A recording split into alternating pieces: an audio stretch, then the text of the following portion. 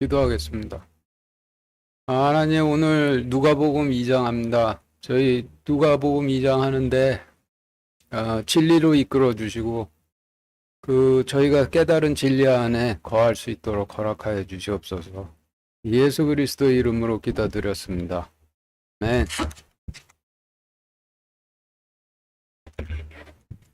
누가복음 2장 1절부터 8절까지.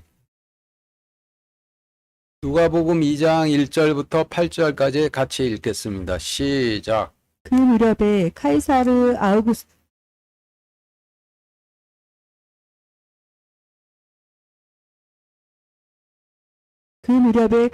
아우구스투스가 칙령을 내려 온 세상이 조세 등록을 하게 하였는데, 이 조세 등록은 구레뇨가 시리아의 총독이었을 때 처음 한 것이더라. 모든 사람이 조세 등록을 하러 저마다 자기의 도시로 가매 요셉도 다윗의 집과 혈통에 속하였으므로 갈릴리의 나사렛시에서 나와 유대로 올라가 베들레헴이라 하는 다윗의 도시에 이르러 자기의 정혼한 아내 마리아와 함께 조세 등록을 하려 하였는데, 그녀가 아이를 베어 배가 불렀더라. 이처럼 그들이 거기 있을 때 그녀가 해산한 날들이 다 참해 그녀가 자기의 맏아들을 낳아 포대기로 싸서 구유에 누였으니, 이는 여관에 그들을 위한 방이 없었기 때문이더라.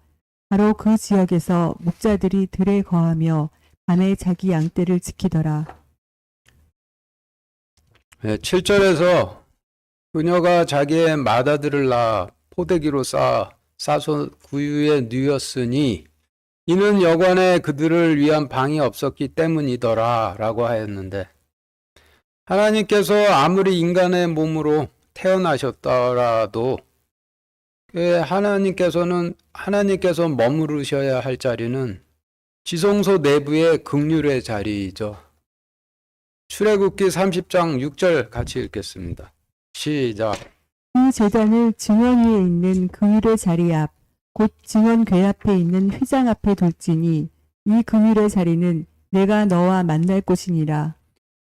성막의 내부는 휘장천에 의해서 성소와 지성소로 나뉘어져 있고, 휘장천으로 나뉘어져 있는 지성소 안에는 아론의 지팡이와 돌판과 만나가 들어있는 성궤가 있고, 그 성궤 위에 구조상 성궤의 뚜껑이라고 말할 수 있는 긍휼의 자리가 놓여 있는데, 지금 읽으신 출애굽기 말씀은 이 긍휼의 자리가 하나님께서 이 땅에 임하셨을 때 인간들을 만나는 장소라 하시는 말씀이에요. 하나님께서 이와 같이 한번 말씀하셨으니, 하나님께서 아무리 아기의 몸으로 오셔서 누우신다 해도 하나님께서 누우셔야 할 장소는 거룩한 성전 내부에 휘장으로 덮여 있는 지성소한 긍휼의 자리 위가 되는데, 그런데 성전 내 방이 없어 급한 대로 포대기에 쌓아 뉘어드린 것을 누가복음 말씀에서 여관에 방이 없어서 급한 대로 포대기에 쌓아 구유에 뉘어드렸다라고 기록이 되어 있는 것이죠. 성전에 주님께서 누우실 곳이 없었다 함을 여관에 주님께서 누우실 곳이 없었다라고 기록을 한 것이고, 그러면은 누가복음에서 앞에서 읽으신 조세 등록이라 함도 하나님께 드리는 유월절과 같은 제사를 조세 등록이라고 한 것이 되는 것이죠. 그래서 1절부터 7절까지 지금 읽으신 말씀을 의미하는 바를 다시 정리를 해보면은, 다윗 왕 때부터 모든 백성들로 하여금 호적을 하도록 하여 그것이 초림 때까지 이어져 이스라엘 백성들이 하나님께 바치는 제사인 유월절, 장막절, 칠칠절을 조세 등록하듯이 하고 있었는데, 성전이 하나님께 바치는 제사를 조세 등록하듯이 하려는 사람들로 붐벼서 하나님께서 인간의 몸으로 오셔서 휘장으로 덮여있는 지성소 안에 긍휼의 자리에 위에 눕지를 못하시고 급한 대로 포대기에 쌓여서 구유에 누우셨다라는 그런 뜻의 말씀이 되는 것이죠. 백성들로 붐비기는 하였는데 약속을 전하는 제사장들이나 그 약속을 들어야 하는 백성들이나 하나님 약속과는 상관없이 살아서 도둑같이 임하셨을 때 알아보지들을 못하셨다라는 말씀이 되는 것이고, 이어지는 말씀은 그러나 들에서 양을 치던 목자들에게는 그 천사들을 보내주셔서 알려주셨다라는 내용으로 이어지는데, 그 주님께서 육신으로 처음 오셔서 앉으실 자리를, 누우실 자리로 구유를 선택을 하셨는데, 어째서 구유를 선택하셨는지를 알아보기 위해서 창세기 30장 38절, 출애굽기 2장 16절 이어서 같이 읽겠습니다. 시작. 양떼가 마시러 올 때에 자기가 껍질을 벗긴 가지들을 양떼 앞에 물구유 홈통 속에 세워놓으니 이것은 그것들이 마시러 올 때에 수태하게 하려 함이더라.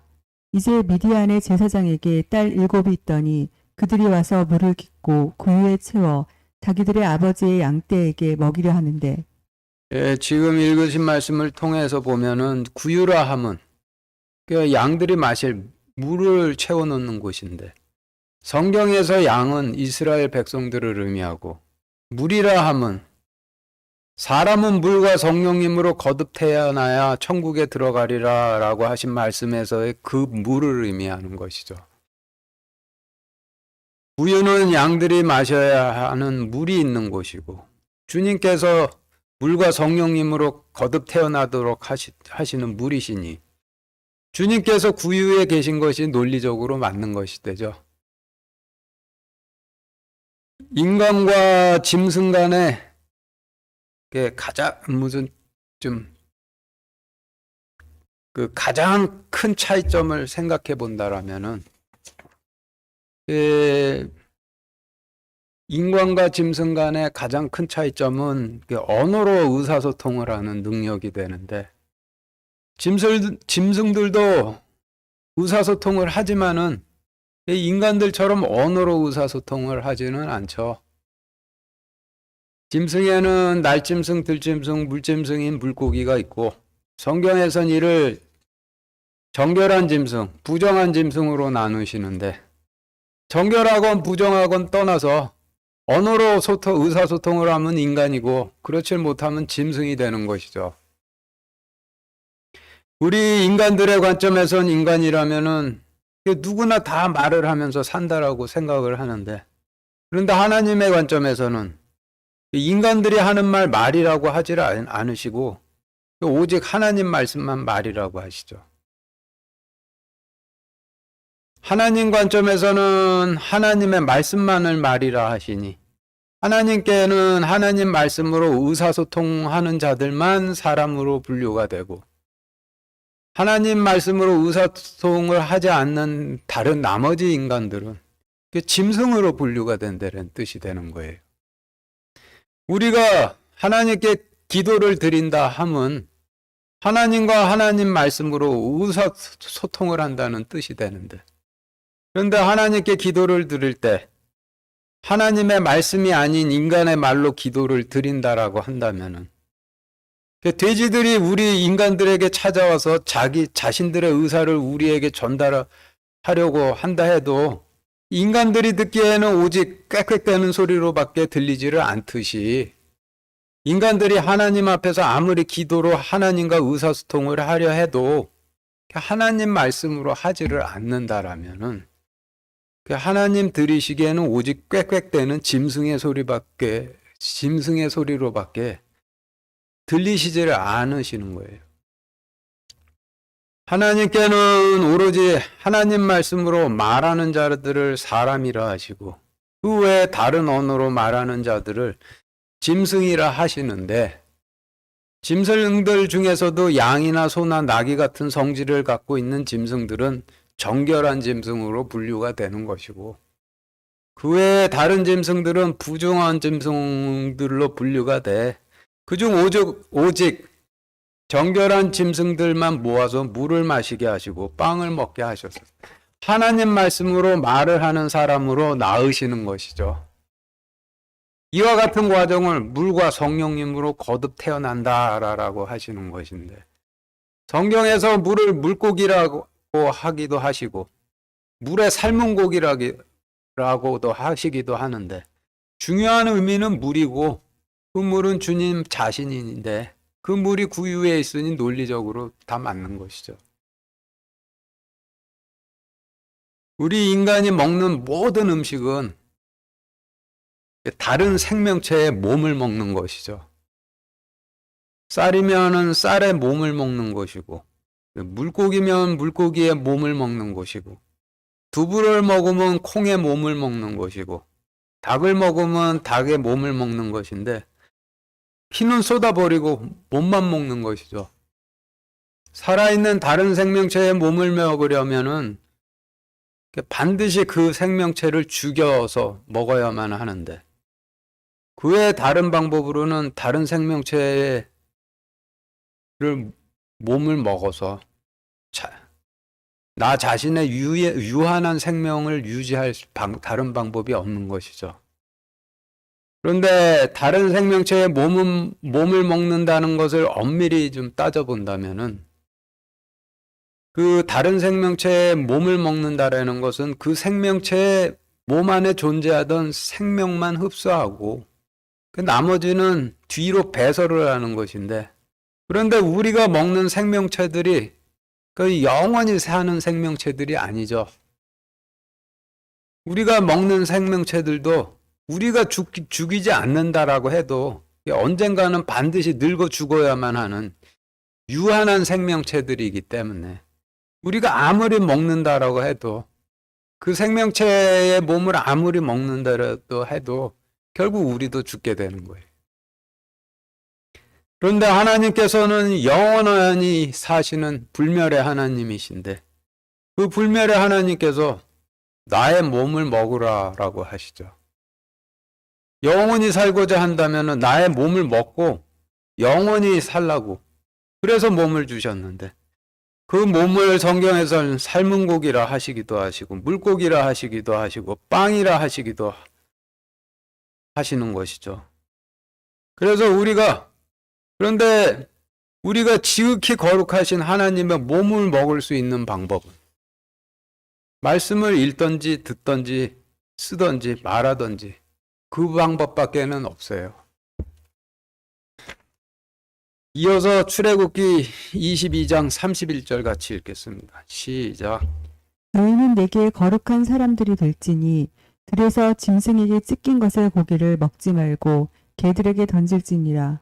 네, 지금 읽으신 말씀은 출애굽기에 기록된 고기에 대한 말씀으로 짐승에게 찢긴 고기를 먹지 말고 개들에게 던지라는 말씀인데 성경에서 고기라 하시면 그것도 지극히 거룩한 고기라 하시면 주님의 몸이신 말씀을 의미하는데 그런데 그 지극히 거룩한 고기가 짐승에게 찢겼다라고 한다라면은 그 짐승 같은 목사, 짐승 같은 전도사, 짐승 같은 선교사 같은 사람들이 찢어놓은 말씀이 되는 것이죠.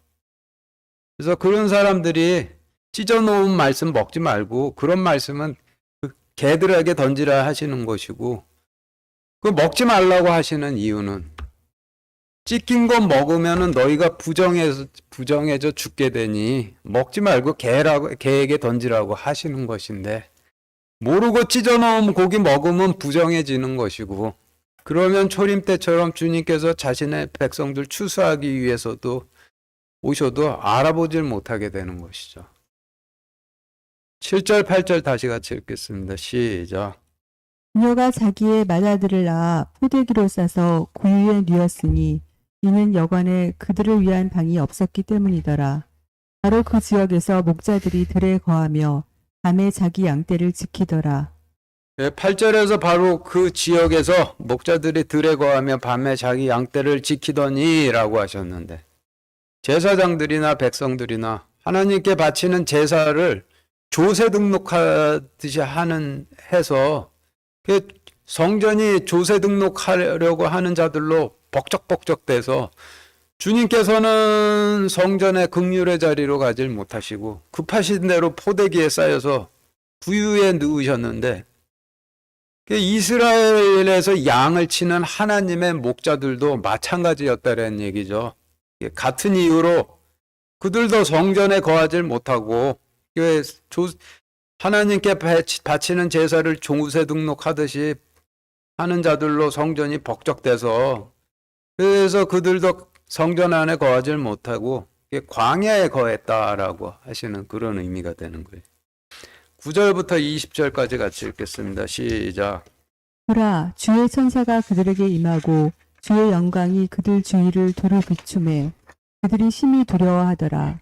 천사가 그들에게 이르되 두려워하지 말라. 보라, 내가 온 백성에게 미칠 큰 기쁨의 좋은 소식을 너희에게 가져왔노라. 이날 다윗의 도시에 너희를 위해 구원자 곧 그리스도 주께서 태어나셨느니라.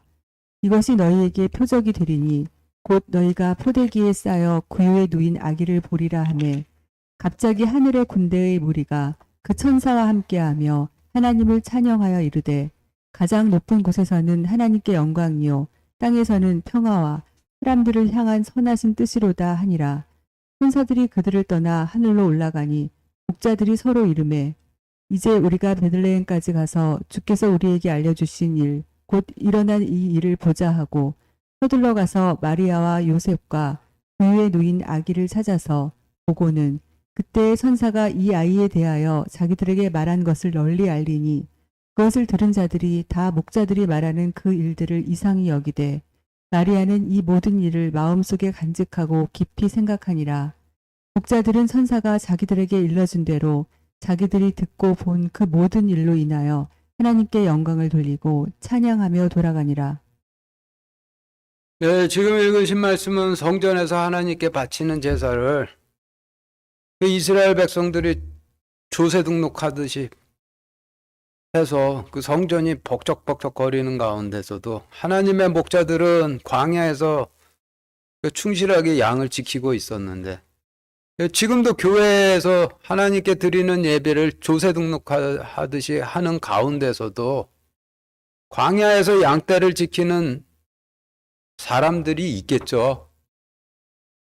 한쪽은 성전에서 벅적대고 다른 한쪽은 광야에서 양을 지키고 있는 가운데 주님께서 초림을 하셨는데 성전에서 벅적대는 자들이나 들에서 양떼를 조용히 지키고 있는 목자들이나 양쪽 다 주님께서 초림하셨다라는 사실을 전혀 모르고 있는데 그런데 하나님께서 예비해 두신 천사를 보내셔서 이 소식을 알려주시는데 성전에서 하나님께 바치는 제사를 조세 등록하듯이 하는 자들에게는 알려주시질 않으시고 오로지 들에서 양떼를 지키고 있는 자신의 목자들에게 알려주셨다라는 말씀이죠.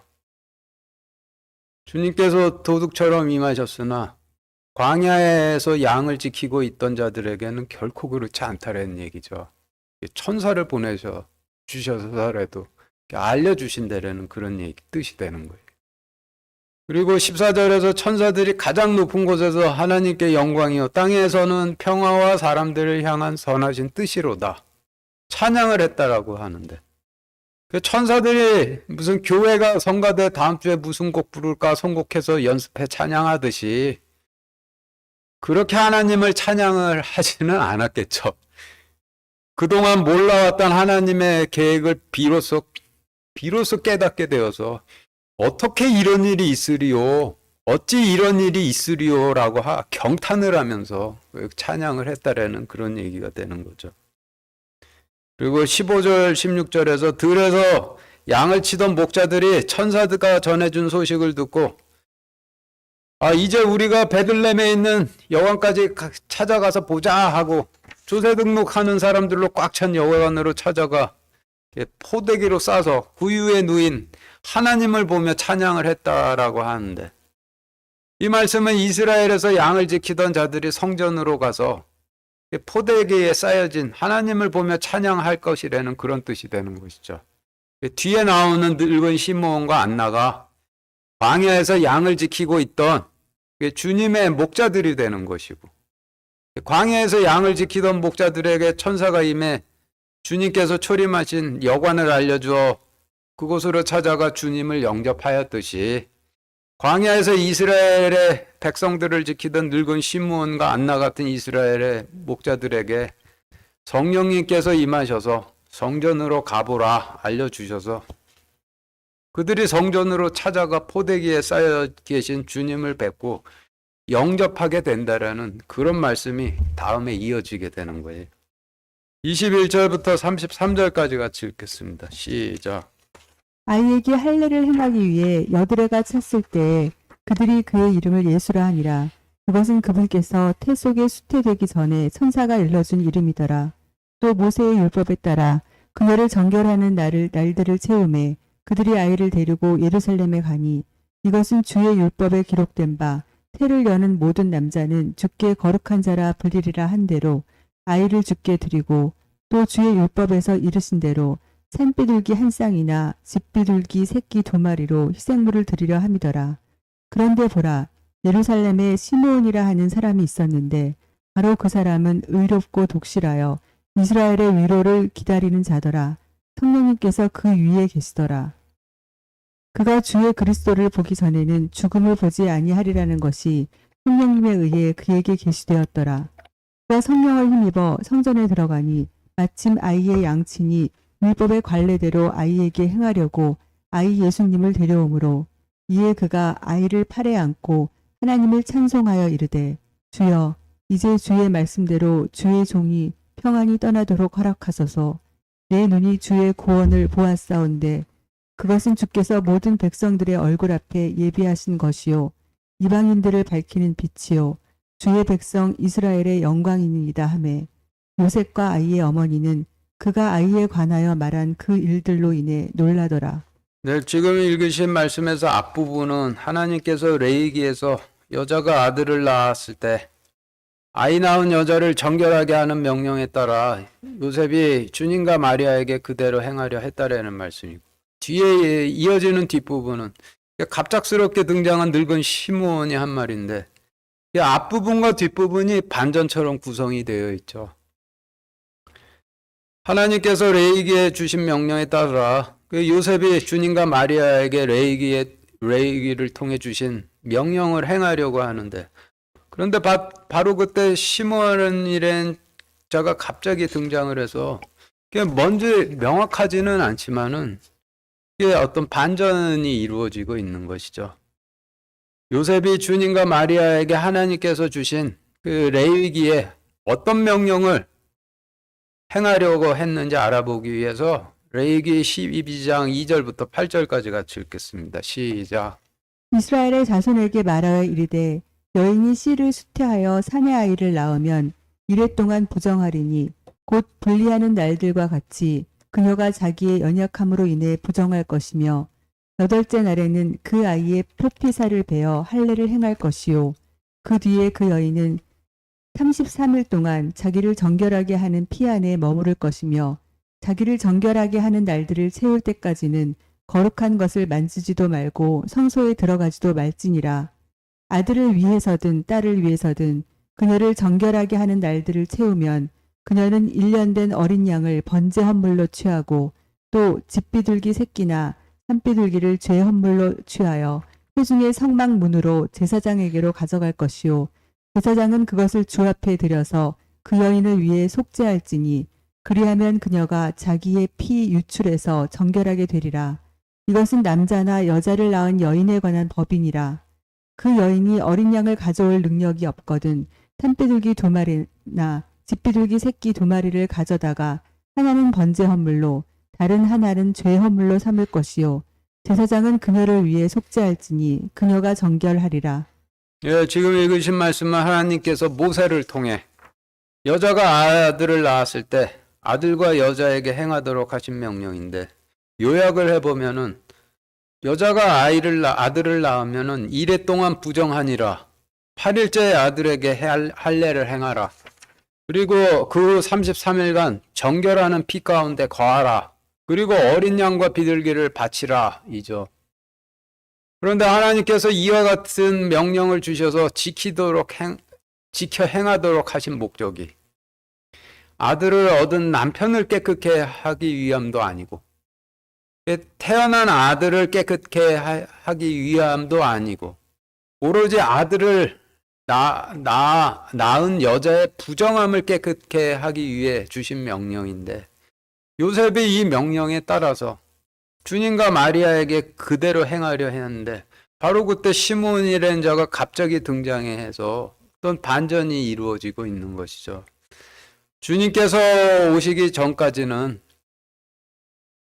오늘 갑작스럽게 등장한 그 시몬이나 요셉이나 그 밖에 모든 이스라엘 백성들이 여자가 아이를 낳으면은 부정한 것이고 그러면은 레위기 명령에 따라서 그대로 하기만 하면 되는 것인 줄 그렇게만 알고 알았는데 요셉이 주님과 마리아에게 레위기의 기록된 명령대로 행하려고 성전으로 들어왔을 때 늙은 시몬이 그들과 함께 오신 아기가 하나님이심을 알아보죠. 그러면 레위기 명령이 완전히 다른 의미가 되어버리는 것인데 레위기에 기록된 명령이 단순히 여자가 아들을 낳으면 부정하니 아기와 여자에게 레위기에 기록된 명령대로 하라는 의미가 아니라 주님과 주님을 낳은 이스라엘 백성들에게 레위기에 기록된 명령대로 행하라 하는 뜻으로 그 명령의 뜻이 바뀌게 되는 것이고 그리고 그것은 침례 요한에게 주님과 주님을 낳은 신약 시대의 백성들에게 레위기의 명령대로 행하라 하시는 그런 뜻이 되어버리는 거예요. 그래서 이 반전과 같이 기록이 되어 있는 것이죠. 그래서 요셉이 주님과 마리아에게 레위기에 기록된 명령대로 행하려고 성전에 왔을 때 시몬이 그게 아니라 하는 듯한 뉘앙스로 말을 한 것인데 2장에 이어서 3장에서 바로 그 침례 요한이 등장해서 그 침례 요한에 관한 말씀이 나오는데 그 3장 읽어보지 않더라도 그 3장에 기록된 침례 요한에 대한 기록 내용이 이 레위기에서 명하신 대로 침례 요한이 주님과 주님을 낳은 부정한 이스라엘 백성들에게 레위기의 명령 그대로 행했다라는 그런 내용이 되겠죠. 레위기 12장 2절 다시 같이 읽겠습니다. 시작. 이스라엘 자손에게 말하여 이르라. 여인이 씨를 수태하여 사내 아이를 낳으면 이래 동안 부정하리니 곧 분리하는 날들과 같이 그녀가 자기의 연약함으로 인해 부정할 것이며. 네, 성경 말씀은 항상 두 개의 플러스로 기록이 되어 있죠.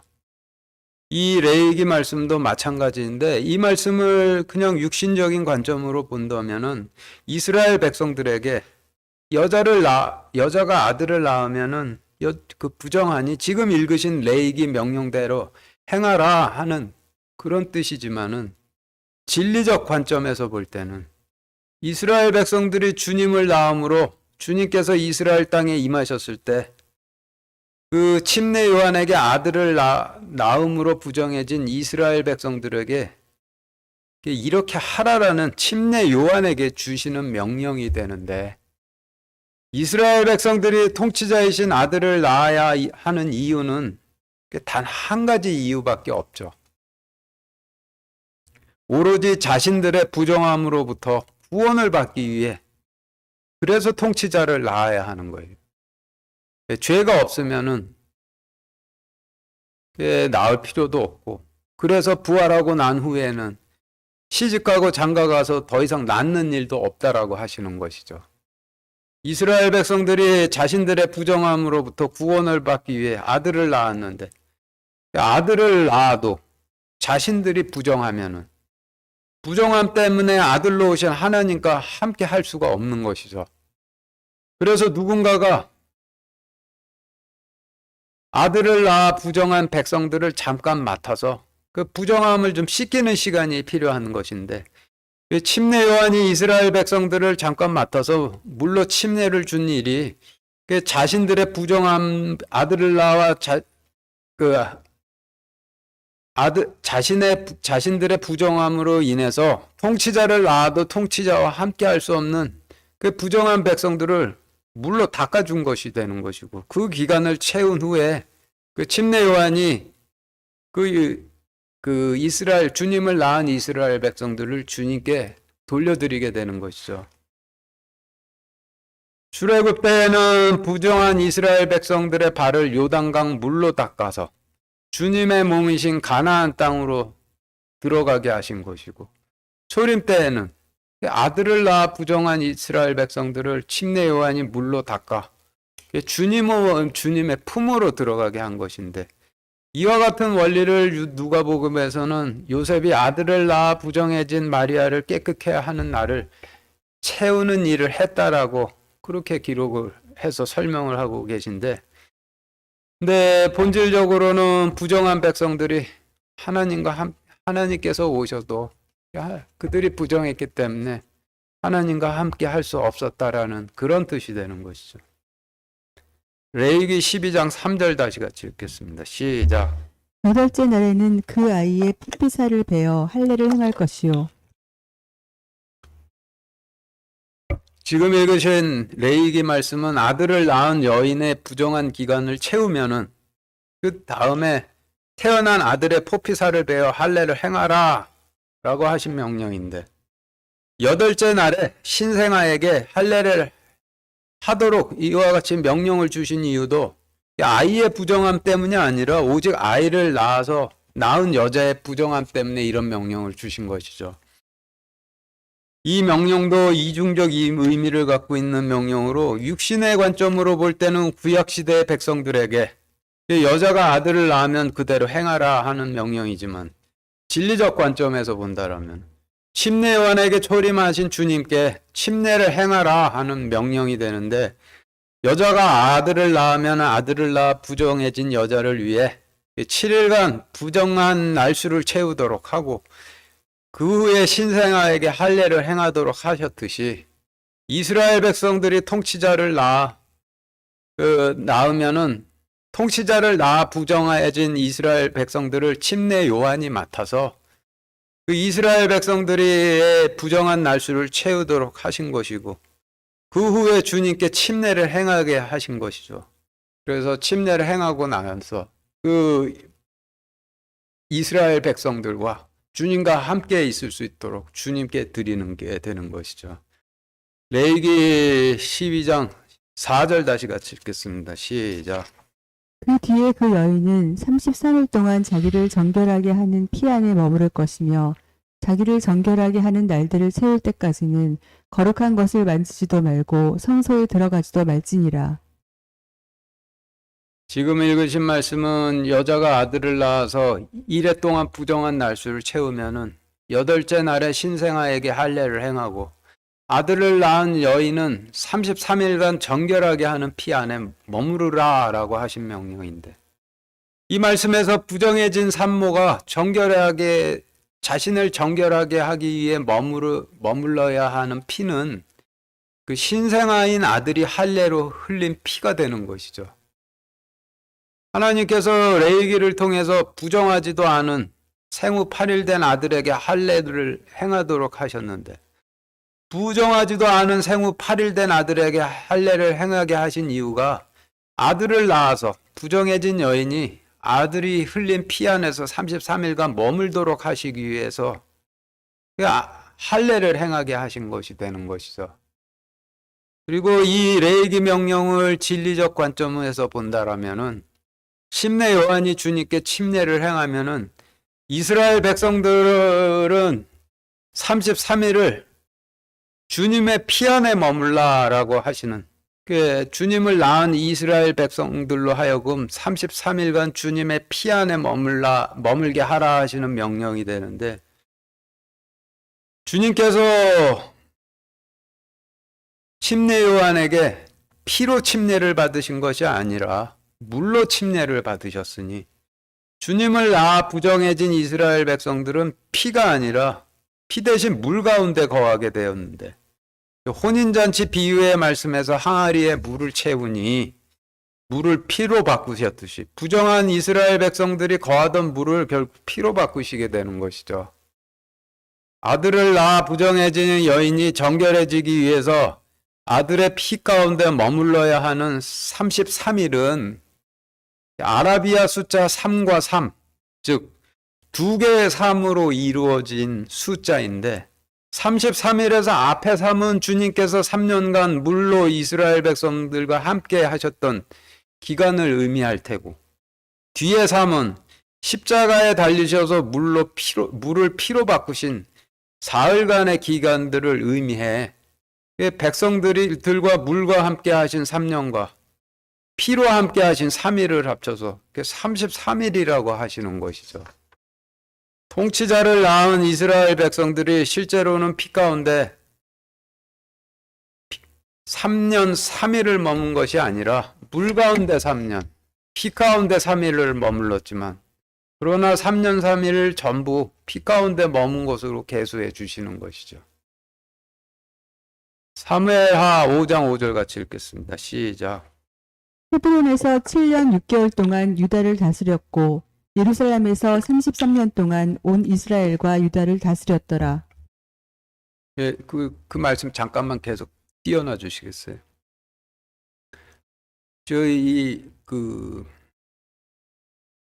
지금 읽으신 말씀은 레위기에서 여자가 아들을 낳았을 때 부정한 기간인 7일과 아들에게 할례를 행해서 아들의 흘린 피 가운데 거해야 하는 33일과 연관되는 말씀이 혹시 없나 찾아보다가 찾은 말씀인데 다윗 왕은 주님께서 오시기 전에 주님께서 잠시 이스라엘 백성들을 맡기셨던 자인데 다윗 왕도 하나님께서 광야로 보내셔서 낳은 아들이어서 다윗을 낳은 백성들이 부정한 기간인 7년은 유다에 거했고 7년간 부정한 기간을 채우고 나서 33년 동안은 온 이스라엘 백성들을 다스렸다라고 하는 것인데 레위기에서 기록되어 있는 여인이 7일간 부정한 기간을 채우고 그 후에 아들이 흘린 피 안에서 33일간 거하여야 한다라는 그 명령과 동일한 것이죠. 6절부터 8절까지 같이 읽겠습니다. 시작. 아들을 위해서든 딸을 위해서든 그녀를 정결하게 하는 날들을 채우면 그녀는 1년 된 어린 양을 번제 헌물로 취하고 또 집비둘기 새끼나 산비둘기를 죄 헌물로 취하여 회중의 성막문으로 제사장에게로 가져갈 것이요 제사장은 그것을 주 앞에 들여서 그 여인을 위해 속죄할지니 그리하면 그녀가 자기의 피 유출해서 정결하게 되리라. 이것은 남자나 여자를 낳은 여인에 관한 법이니라. 그 여인이 어린 양을 가져올 능력이 없거든 산비둘기 2마리나 집비둘기 새끼 2마리를 가져다가 하나는 번제 헌물로 다른 하나는 죄 헌물로 삼을 것이요 제사장은 그녀를 위해 속죄할지니 그녀가 정결하리라. 지금 읽으신 말씀은 아들을 낳아 부정해진 여인이 아들에게 할례를 행해서 자신의 아들의 피 가운데 거하는 33일을 채우면은 번제 헌물로 어린 양 1마리와 죄 헌물로 산비둘기나 집비둘기 새끼 1마리를 하나님께 바치라 라고 하신 명령인데 누가복음에서는 요셉과 마리아가 형편이 안 되었는지 산비둘기 어린 양은 대신에 산비둘기 2마리나 집비둘기 새끼 2마리를 하나님께 번제 헌물과 죄 헌물로 바치려 했다라는 말씀이죠. 그런데 레위기에서 번제 헌물과 죄 헌물에 관해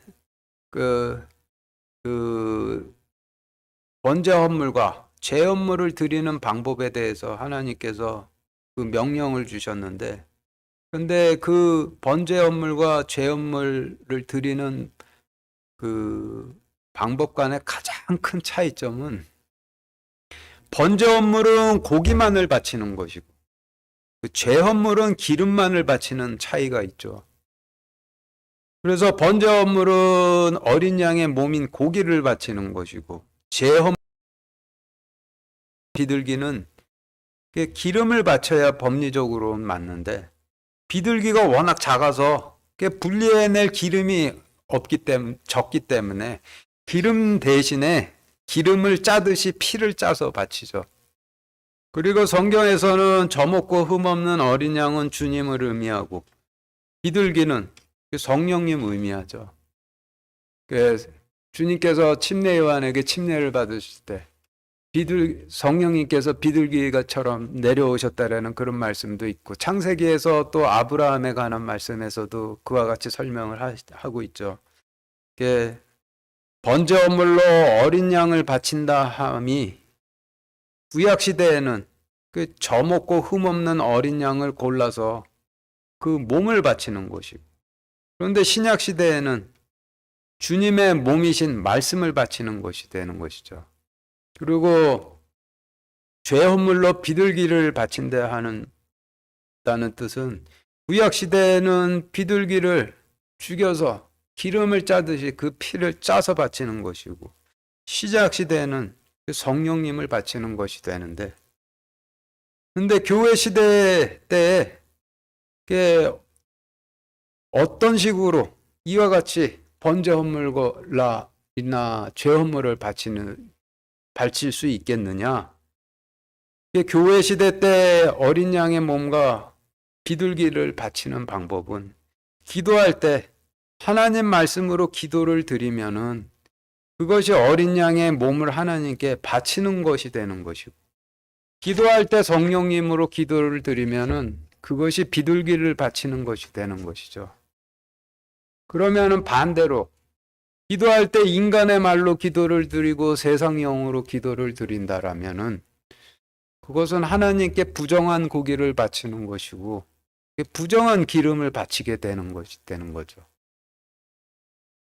하나님께서 레위기를 통해서 아들을 낳아 부정해진 여인에게 정결하게 하라고 하신 명령은, 이게 주님의 신약 시대의 주님의 11 제자들에게 이 레위기에서 주셨던 명령이 전부 다 이루어졌다라고 봐야 하는데, 그런데 제자들이 주님을 낳고 부정하여 침례 요한과 함께 하였고, 그 후에 침례 요한이 주님께 침례를 한 후에 그들을 주님께 드려서 그들이 3년간 주님과 함께 물 가운데 거했고, 그리고 주님께서 십자가에 달리신 후 사흘간 주님의 피 가운데 거했는데, 그와 같은 과정을 거친 후에 레위기에서 마지막으로 명령하신 그대로 그 제자들이 제사장에게 가서 번제 헌물로 어린 양과 죄 헌물로 비둘기를 바쳤다는 얘기가 성경에는 안 나오죠. 그렇지만은 바친 것이 성립이 되었기 때문에 그들이 아들로 태어났다라고 봐야 하는 건데, 그들도 몰랐겠지만은 기도를 통해서 하나님에게 말씀을 바치고 성령님을 바치는 일을 통해서 자신들도 모르는 사이에 번제 헌물로 어린 양을 바치고 죄 헌물로 비둘기를 바치고 했던 레위기의 명령이 다 이루어지고 있었던 것이 되는 거죠. 25절부터 35절까지 같이 읽겠습니다. 시작. 죄송합니다. 34절 35절 같이 읽겠습니다. 시작. 시므온이 그들을 축복하고 아이의 어머니 마리아에게 이르되, 보라, 이 아이는 이스라엘에서 많은 사람을 넘어지게 하고 다시 일어나게 하기 위해 세워졌으며 또 비방을 받는 표적이 되기 위해 세워졌나니 참으로 칼이 내 혼도 찔러 꿰뚫느니라. 이것은 많은 사람의 마음이 생각이 드러나게 하려 함이니라 하더라. 주님께서 이스라엘의 제사장들에게 백성들을 아내로 삼아서 메시아를 낳을 것이라는 약속의 씨를 뿌리라 명하셨는데, 그런 명령을 받은 제사장들이 중세 때의 카톨릭이나 지금의 교회들처럼 백성들을 아내로 삼지 않고 교인들로 삼아서, 주님께서 초림하셔서는 제사장들이 교인 삼은 백성들을 다시 제자로 삼으시기 위해서 복음을 선포를 하셨는데, 스스로 너무들 잘해서 당연히 천국 갈 것이라고 생각하던 그 교인들에게 전부 멸해버리시겠다는 복음을 전하신 것이죠. 그래서 듣고 믿으면 넘어지지만은 넘어지면 다시 일으켜 주시는 것이죠. 36절부터 38절까지 같이 읽겠습니다. 죄송합니다. 36절부터 39절까지 같이 읽겠습니다. 시작. 또 아셀 지파에 속한 바누엘의 딸 안나라 하는 여대언자가 있었는데 그녀는 나이가 매우 많더라. 그녀가 처녀 생활을 벗어나 7년을 남편과 함께 살다가 과부가 된 지 84년쯤 되니라. 그녀가 성전을 떠나지 아니하고 밤낮으로 금식하고 기도하며 하나님을 섬기더라. 마침 그때에 그녀가 나와 마찬가지로 주께 감사를 드리고 예루살렘에서 구속을 기다리던 모든 사람에게 이 아이에 대하여 말하니라. 그들이 주의 율법에 따라 모든 일을 행하고 갈릴리로 돌아가 자기들의 도시 나사렛에 이르니라. 지금 읽으신 말씀에서 안나는 아들을 낳을 것이라는 약속을 믿었던 이스라엘 백성들, 구약시대 이스라엘 백성들을 의미하는데, 하나님의 약속을 지금 이 말씀이 레위기의 어떤 명령의 관점에서 기록이 되어 있는 건데, 그 하나님의 약속을 믿었던 이스라엘 백성들을 의미하는 안나가 7년은 함께, 그러니까 7년은 남편과 함께 살다가 과부가 된 지 84년쯤 되었더라 하신 말씀에서 7년을 남편과 함께 살았다 하는 뜻은 부정함이 사라지는 기간인 1회 동안은 제사장이 전한 약속을 들으며 살았다라는 뜻이고, 남편이 죽어 과부가 되어 그 후 84년을 살았다라는 뜻은 제사장들이 더 이상 하나님의 약속을 전하지 않게 되어서 과부가 되었다라고 하시는 거고, 84년을 살았다는 말씀에서 84년은 그 레위기에서 아들을 낳아서 할례할 8일째가 되는 어느 그 8일째의 한 중간쯤에 있다라는 그런 의미가 되는 것이죠.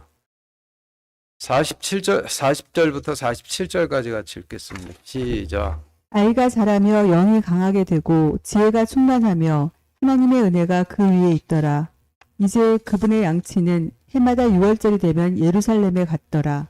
그분께서 12살 되셨을 때 그들이 그 명절의 관례대로 예루살렘에 올라갔다가 그 날들을 채우고 돌아갈 때에 아이 예수님은 뒤에 남아 예루살렘에 머무셨더라. 요셉과 그분의 어머니는 그것을 알지 못한 채 그분이 일행 중에 있는 줄로 생각하고 하룻길을 간 뒤 자기들의 친족과 친지들 가운데서 그분을 찾되 발견하지 못하였으므로 그분을 찾으면서 예루살렘으로 되돌아가니라. 그들이 사흘 뒤에 그분을 성전에서 발견하였는데 그분께서 박사들 한가운데에 앉으사 그들의 말을 듣기도 하시며 그들에게 문제들을 묻기도 하시더라. 그분의 말을 들은 모든 자들은 그분께서 깨닫고 답변하시는 것들로 인하여 깜짝 놀라더라. 지금 읽으신 말씀을 간략하게 정리를 해보면은 주님께서 12살이 되셨고, 주님께서 12살이 되셔서 6월절을 날아 예루살렘으로 들어가셨고, 주님을 잃고 하룻길을 떠났다가 사흘 뒤에 다시 주님을 찾았다라는 말씀인데, 우리가 잘 알고 있는 사건이죠. 주님께서 12제자를 양육하시고 6월절 어린 양이 되시기 위해서 예루살렘에 들어가시고, 제자들이 주님을 잃고 하룻길을 도망을 가고 사흘 뒤에 부활하신 주님을 다시 찾게 되고, 이와 같이 기록이 되어 있는 것이죠. 48절 49절 같이 읽겠습니다. 시작. 그들이 그분을 보고 놀라며 그분의 어머니는 그분께 이르되 아들아 내가 어찌하여 우리에게 이렇게 하였느냐. 보라 내 아버지와 내가 근심하며 너를 찾았노라 하매 그분께서 그들에게 이르시되 어찌하여 나를 찾으셨나이까. 내가 반드시 내 아버지 일을 해야 함을 알지 못하셨나이까 하시니라. 요셉과 마리아의 근심은 그 주님을 인간으로 알기 때문에 생기는 근심이고, 요셉과 마리아가 상징하는 침례 요한과 주님의 제자들도 주님을 선생님으로 알았을 때는 근심들을 하죠. 침례 요한은 감옥에서 주님께서 오시리라 하신 그분 맞습니까? 아니면 다른 분 기다려야 합니까? 라고 근심을 했고, 제자들은 주님께서 내가 팔리고 십자가에 달리는 사흘 만에 다시 일어서리라 라고 말씀하시면 몹시들 근심을 하였는데, 근심하는 요셉과 마리아에게 어찌하여 날 찾으셨나이까? 내가 반드시 내 아버지 일 행하여야 함을 알지 못하셨나이까? 라고 하셨는데, 근심하는 자들에게 어찌하여 그렇게 믿음이 없느냐? 내가 반드시 아버지의 일을 해야 함을 알지 못하느냐? 라고 하시는 것이죠. 50절부터 끝까지 같이 읽겠습니다. 시작. 그들은 그분께서 자기들에게 하신 말씀을 깨닫지 못하더라. 그분께서 그들과 함께 내려가사 나사렛에 이르러 그들에게 복종하시더라. 그러나 그분의 어머니는 이 모든 말씀을 마음속에 간직하니라. 예수님께서는 지혜와 키가 자라며 하나님과 사람에게 더욱 호의를 입으시더라. 네, 마치겠습니다.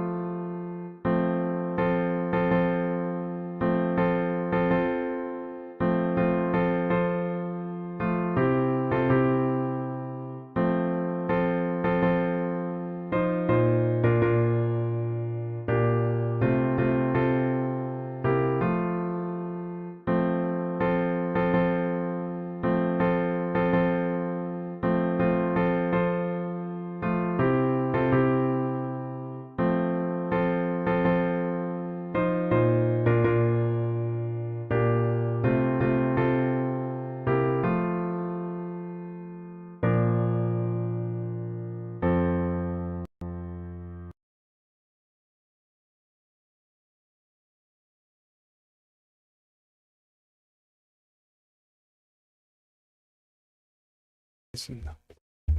하나님 오늘 그 누가복음 2장 말씀을 통해서 그 진리를 알려주심을 감사드립니다. 인간이 아무리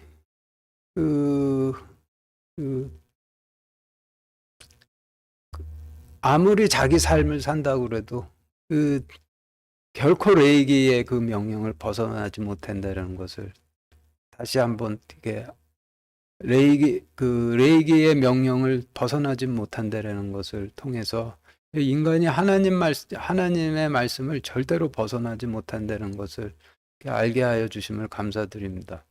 저희 택도 안 되게 부족하지만은 그래도 하나님께